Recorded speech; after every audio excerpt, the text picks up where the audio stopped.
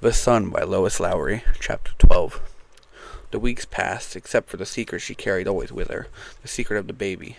Each day was much like the one before, and the one after. It had always been so, Claire realized. There had been no surprises in her life, or in anyone's within the community. Just the assignment ceremony, at 12.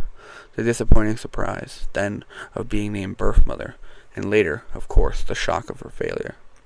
But now it was again the dull routine of daily life in the community, the rasping voice through the speaker, making announcements, giving reminders, the rituals and rules, the meal times and the work, always the work. Claire had been given increasingly more demanding tasks in the lab, but they were still tedious and repetitive. She performed the work well, but often found herself restless and bored. What was it she had been told about this year's ceremony? A boy had been singled out. It wasn't clear why, and no mention had been made of it again.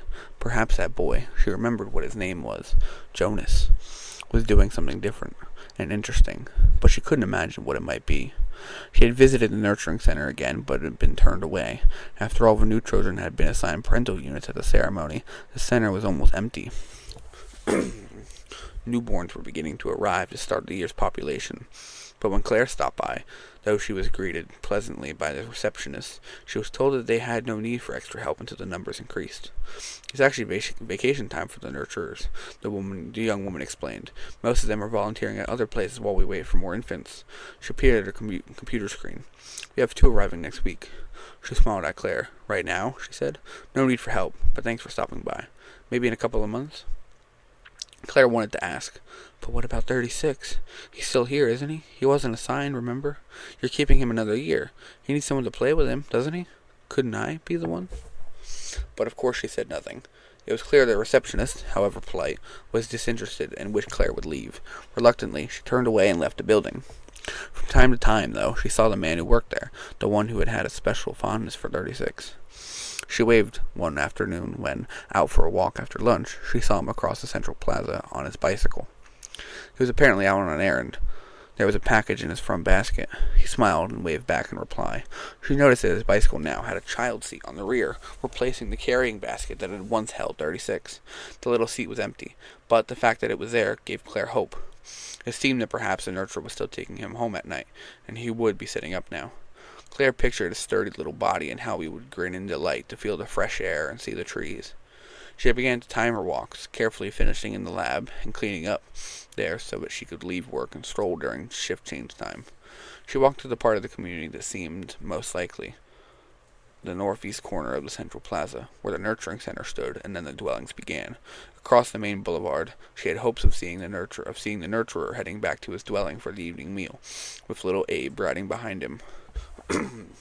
Finally, her timing was right. There they were. "Hello there," Claire called. The man looked up, recognized her, and eased his bicycle to a standstill, balancing it with his right foot on the path. "How are you?" he asked cheerfully. "It's Claire, isn't it?" She was pleased that he remembered her name. She wasn't wearing her name tag. It was still pinned to the lab coat she had hung up when she left work. And it had been 3 months now since they had seen each other. "Yes, that's right, Claire.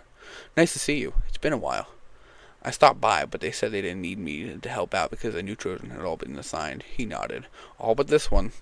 Claire hadn't wanted to look directly at Abe, not at first, but now, since he had mentioned the infant in the child's seat, she turned her attention there and smiled at the child, who was busily examining a leaf in his hands. He must have pulled it from a bush as they rode past. She watched as he held the leaf to his own mouth and tasted it with a puzzled, uncertain look. She could see that he had 2 teeth. "You're still taking him to your dwelling at night?" The nurturer nodded. "He still doesn't sleep well. It annoys the night workers at the center, especially now that they have some newborns to tend. But my family unit enjoys him. My daughter, her name is Lily, tried to convince me that we should apply for what they call a variance." "A variance? What's that?" "An exception to a rule. Lily thought we should try to convince them that 3 children would be appropriate for our family." "And did you apply?" Claire asked. He laughed. "Nope.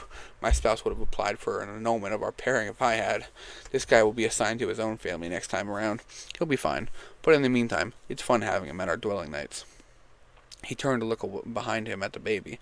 "Oh, great," he groaned. "Eating a leaf. Well, I've been trying to sponge away spit up. Part of the job." Claire could see that he was beginning to shift his balance and move his right foot toward the bike pedal. Are you allowed to use his name in public now? She asked quickly, trying to keep them there for another minute or so. I remembered that you were using it secretly. The man hesitated.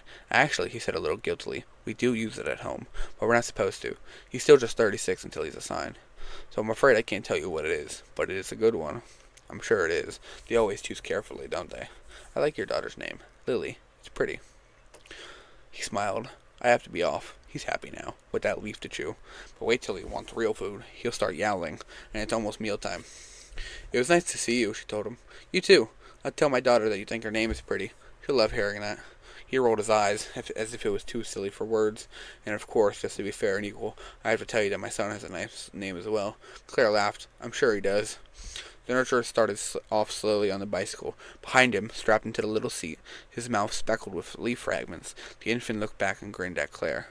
It's Jonas, the man called, referring to his son, and pedaled away toward the group of dwellings where he lived.